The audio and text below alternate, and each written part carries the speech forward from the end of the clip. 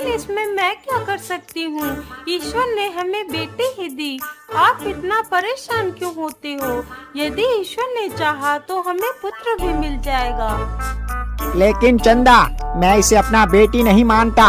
मैंने तो एक पुत्र ही तो मांगा था तुझसे, लेकिन तूने मुझे एक पुत्र भी नहीं दे पाया। और हाँ, मैं जंगल में मिट्टी खोदने के लिए जा रहा हूँ, तो जल्दी से टोकरी लेकर जंगल पहुँच जाना। और यदि जरा सा भी देरी हुई तो मैं तेरी चमड़ी खींच लूँगा।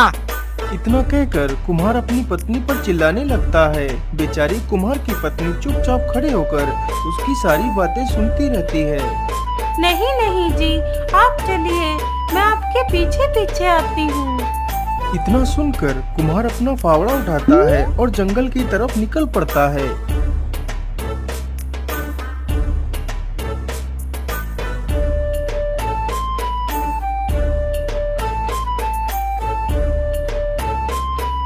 कहाँ पर खुदाई करो, कहाँ पर करो? हाँ हाँ, ये जगह ठीक रहेगी। इतना सोचकर वह कुम्हार वहीं पर मिट्टी खोदने लगता है।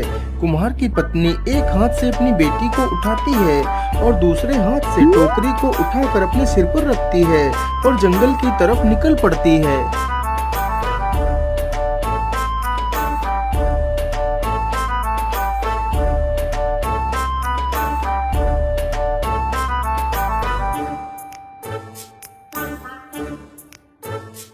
आ गई महारानी जी।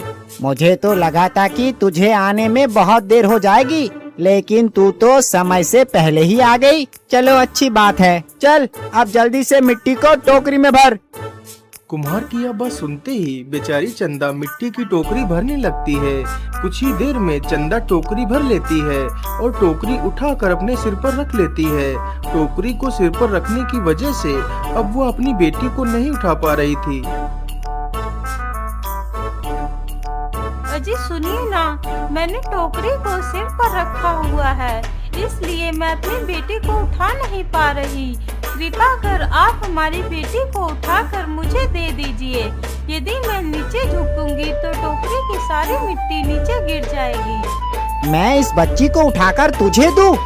ये तूने सोच कैसे लिया? मैं इस जन्म में तो क्या, आने वाले अगले जन्म में भी इसे छूऊंगा तक नहीं। और अब तू मेरी सुन, मैं अब घर जा रहा हूँ। तू जल्दी से मिट्टी लेकर घर पहुँच। तू चाहे इस बच्ची को लेकर आ या मत आ, लेकिन यदि तू मिट्टी लेकर नहीं आई तो तेरी खैर नहीं। इतना बोलकर कुम्हार वहाँ से चला जाता है। हे भगवान, अब मैं क्या करूं? यदि मैं मिट्टी लेकर नहीं गई तो वह मुझे बहुत मारेंगे। मैं दोनों को एक साथ लेकर नहीं जा सकती। मैं ऐसा करती हूँ, पहले मिट्टी लेकर चली जाती हूँ, फिर अपनी बेटी को आकर ले जाऊंगी। इतना सोचकर कुम्हारी मिट्टी की टोकरी लेकर चली जाती है। बेचारी मासूम बच्ची वहीं पर बैठे बैठे रोती रहती है। तभी उधर से कुछ गाय चरते चरते वहीं पर पहुंच जाती हैं।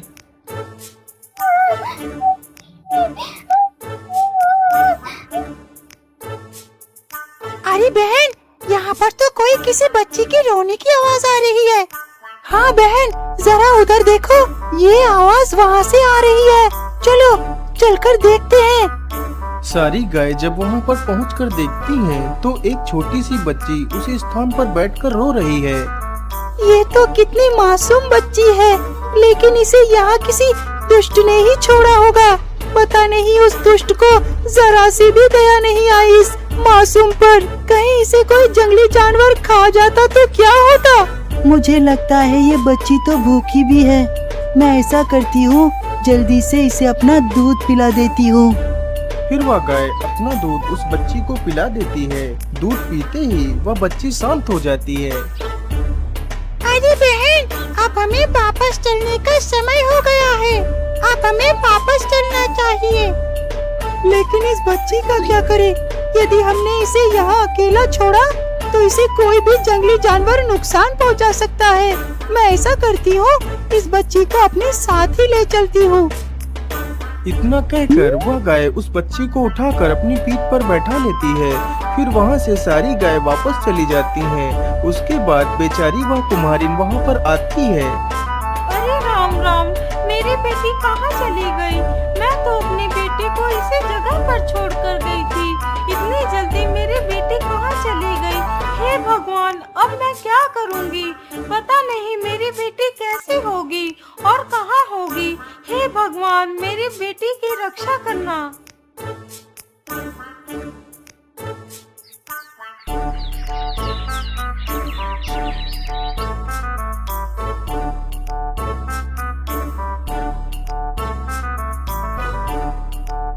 लेकिन कपिला, हम लोग इसकी सहायता आखिर कब तक कर पाएंगे? मुझे डर है कि कोई जंगली जानवर इस मासूम को नुकसान न पहुंचा दे। नहीं सावली, आज से ये हमारी बच्ची है। हम सब लोग मिलकर इस बच्ची की रक्षा करेंगे। उसी दिन से वह सारी गाय उस बच्ची को अपने साथ ही रखने लगती हैं। सारी गाय जहाँ भी घास चरने के लिए जाती थी तो साथ में उस बच्ची को भी ले जाती थी। धीरे धीरे समय बीतता गया। वह बच्ची उन्हीं गायों को अपनी माँ समझती और उनका दूध पीती तथा उन्हीं के साथ खेलती थी।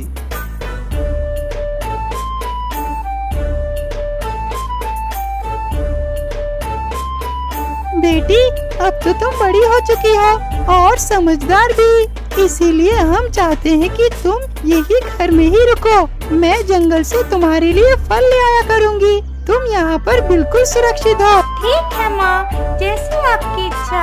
मैं यहीं पर रुक जाती हूँ। अच्छा ठीक है बेटी, अब मैं चलती हूँ। तुम अपना ख्याल रखना। दरवाजा अच्छे से बंद कर लेना। ठीक है माँ, आप निश्चिंत होकर जाइए।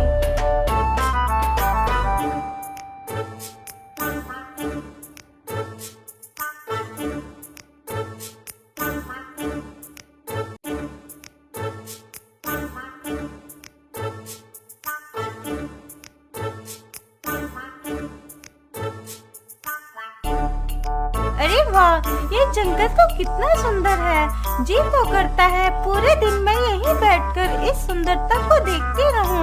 मैं ऐसा करती हूँ, थोड़ी देर इसी स्थान पर बैठ लेती हूँ, फिर घर के अंदर चली जाऊंगी। इतना सोचकर वह लड़की वहीं पर बैठ जाती है। तभी उधर से एक राक्षस शिकार की तलाश में घूमता हुआ उधर को ही आ रहा था।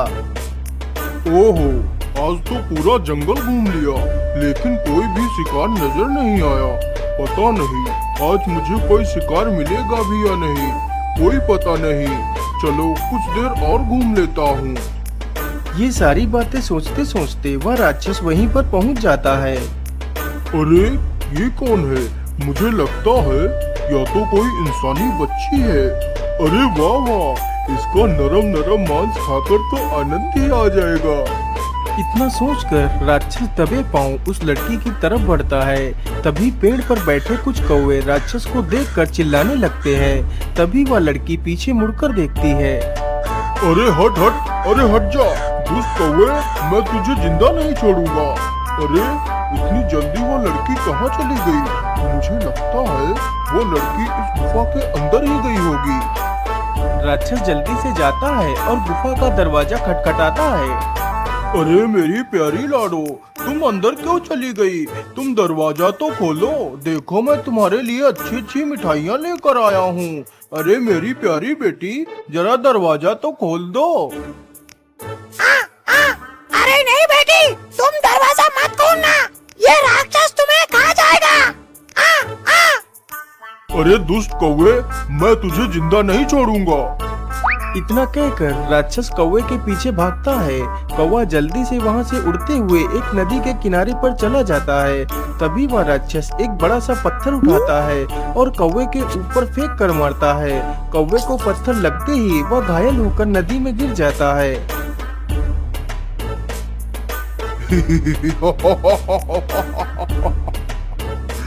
अब आई ना अकल ठिकाने, बहुत ज्यादा होशियार बन रहा था। चलो अब जल्दी से चलता हूँ, लेकिन अब तो जल्दी ही शाम भी होने वाली है। अब तो उस गुफा में वो सारी गाय आ चुकी होंगी। अब मेरा वहाँ चलना ठीक नहीं होगा। मैं ऐसा करता हूँ, कल सुबह ही मैं उस गुफा के पास जाऊँगा।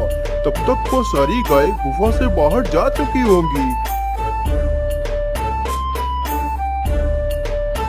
अरे ये क्या बहन, यहाँ पर तो उसी राक्षस के पैर के निशान बने हैं, जिस राक्षस को हमने कुछ दिन पहले ही मार भगाया था। अरे सावली, पता नहीं हमारी बेटी कैसी होगी। कहीं कहीं उस राक्षस ने हमारी बेटी को कोई नुकसान तो नहीं पहुंचाया होगा। फिर वह सारी गाय जल्दी से गुफा के पास जाती हैं। अरे बेटी दरवाजा खोलो, मैं तुम्हारी माँ हूँ, मैं तुम्हारे लिए फल लेकर आ गई हूँ। लड़की जैसे ही अपनी माँ की आवाज सुनती है वह जल्दी से दरवाजा खोल देती है और गाय से लिपट कर रोने लगती है। अरे बेटी क्या हुआ, तुम रो क्यों रही हो, क्या बात है? माँ, आज एक बड़ा ही भयानक दिखने वाला एक प्राणी आया था। वह बार बार मुझे दरवाजा खोलने के लिए कह रहा था। कोई बात नहीं बेटी, तुम डरो मत, अब मैं आ गई हूँ। अब तुम्हें डरने की आवश्यकता नहीं है। उस दुष्ट की इतनी हिम्मत, मेरी बेटी को डराए। पिछली बार तो उसे जिंदा छोड़ दिया था, लेकिन इस बार उसे जिंदा नहीं छोड़ूंगी।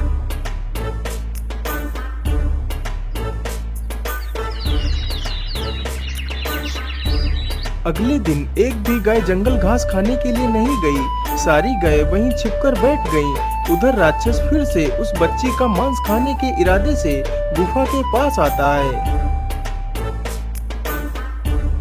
अरे मेरी प्यारी बेटी, जरा दरवाजा तो खोलो, देखो मैं तुम्हारे लिए क्या लेकर आया हूँ। राक्षस के बार बार बोलने पर भी जब दरवाजा नहीं खुला तो राक्षस को बहुत गुस्सा आया। ओहो, मुझे लगता है तू ऐसे दरवाजा नहीं खोलेगी। अब तो मुझे दरवाजा तोड़ना ही पड़ेगा। राक्षस जल्दी से एक बड़ा सा पत्थर उठाता है और दरवाजे पर फेंक कर मारता है तो दरवाजा अपने आप खुल जाता है और राक्षस अंदर चला जाता है।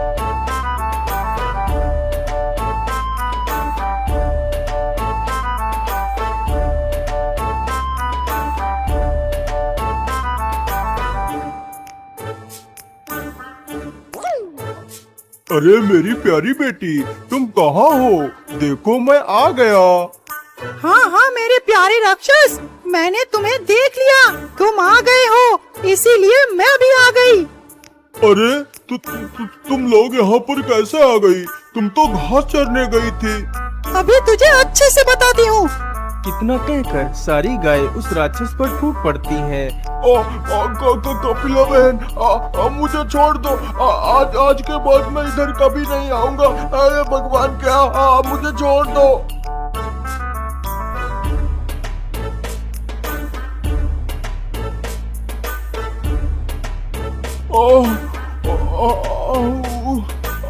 मैं तो मर ही गया।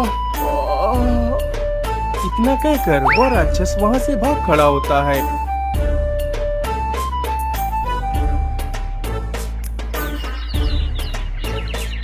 माँ, आज मैं भी आपके साथ चलूंगी। कहीं वह राक्षस फिर से आ गया तो मेरा क्या होगा? नहीं पुत्री, तुम बिल्कुल भी चिंता ना करो, अब वो राक्षस कभी भी लौटकर नहीं आएगा। यदि तुम हमारे साथ चलना चाहती हो तो फिर चलो। वह लड़की गायों के साथ चली जाती है। धीरे धीरे समय बीतता गया। अब वह बच्ची एक सुंदर कन्या बन जाती है।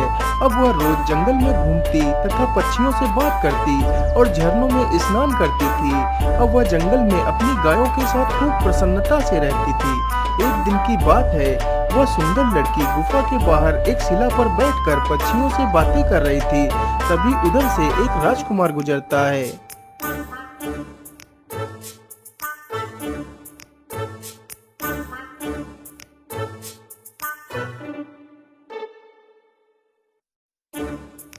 अरे वाह, ये लड़की कौन है? ये तो कितनी सुंदर है, लेकिन ये अकेले इस जंगल में क्या कर रही है? चलो इसके पास चलकर पूछता हूँ। राजकुमार जैसे ही उसकी तरफ जाता है तभी वह लड़की राजकुमार को अपनी ओर आते हुए देखकर वह जल्दी से गुफा के अंदर घुस जाती है और दरवाजा बंद कर लेती है। अरे इसे क्या हुआ? ये मुझे देखकर भाग क्यों गई? बेचारा राजकुमार उदास होकर वहाँ से चला जाता है। क्या बात है बेटा, तुम जब से जंगल से लौट कर आए हो तब से तुम इतना उदास क्यों हो? राजा के पूछने पर राजकुमार राजा को सारी कहानी सुना देता है। पिताजी, मैं इससे प्रेम करने लगा हूँ। यदि वो मुझे नहीं मिली तो मैं अपने प्राण त्याग दूंगा।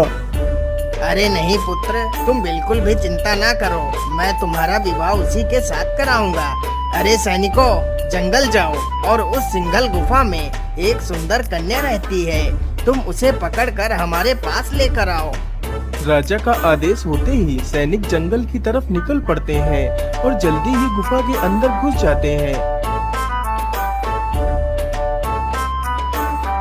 अरे ओ लड़की, तुम हमारे साथ चलो, तुम्हें महाराज ने बुलाया है। लेकिन मैं आपको नहीं जानती, इसलिए मैं आपके साथ नहीं जा सकती। अरे सैनिक भाइयों, मुझे लगता है यह लड़की ऐसे नहीं मानेगी, चलो इसे बंदी बनाकर ले चलते हैं।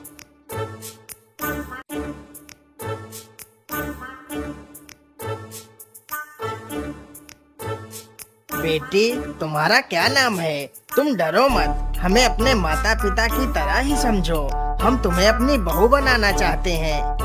राजा उससे कई सारे सवाल पूछता है, लेकिन लड़की डर के मारे कुछ भी नहीं बताती। अरे महाराज, आप भी ना, बेचारी अभी अभी आई है और आप उसके सामने सवालों के पहाड़ खड़े कर रहे हैं। चलो बेटी, तुम मेरे साथ चलो। वो लड़की महारानी के साथ चली जाती है। महारानी दिल की बहुत अच्छी थी, वह धीरे धीरे उस लड़की को सारी चीजें सिखाती और बताती है। अब तो वह लड़की कुछ ही दिनों में सभी के साथ घुल मिल गई थी।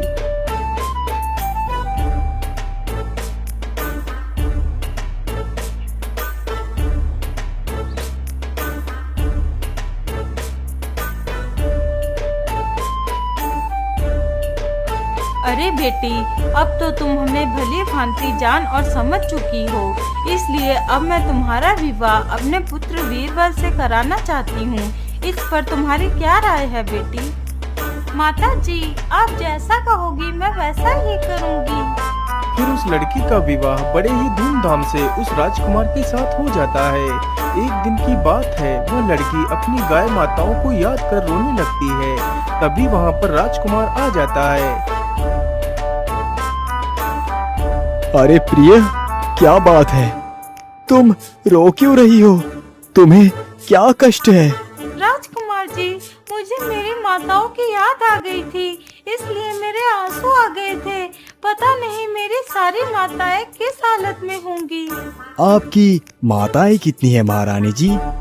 फिर वह लड़की अपनी सारी कहानी राजकुमार को बताती है। अच्छा, ठीक है महारानी जी, मैं आज ही आपको आपकी माताओं से मिलवाने के लिए ले चलता हूँ। राजकुमार तुरंत उसे अपने रथ पर बैठाता है और जंगल लेकर पहुँच जाता है।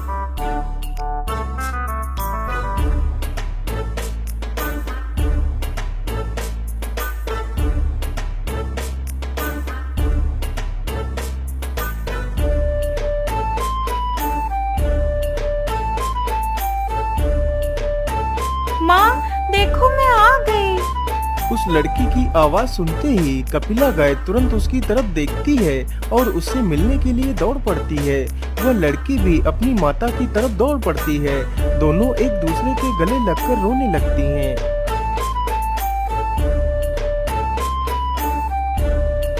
पुत्री, तुम मुझे छोड़कर कहाँ चली गई थी?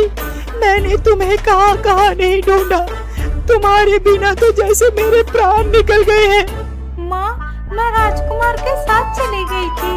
राजकुमार ने मुझसे विवाह किया है, वह मेरे पति हैं। बेटी, तुमने विवाह करके बहुत अच्छा किया। ये बात सुनकर मेरा हृदय को शांति मिल गई।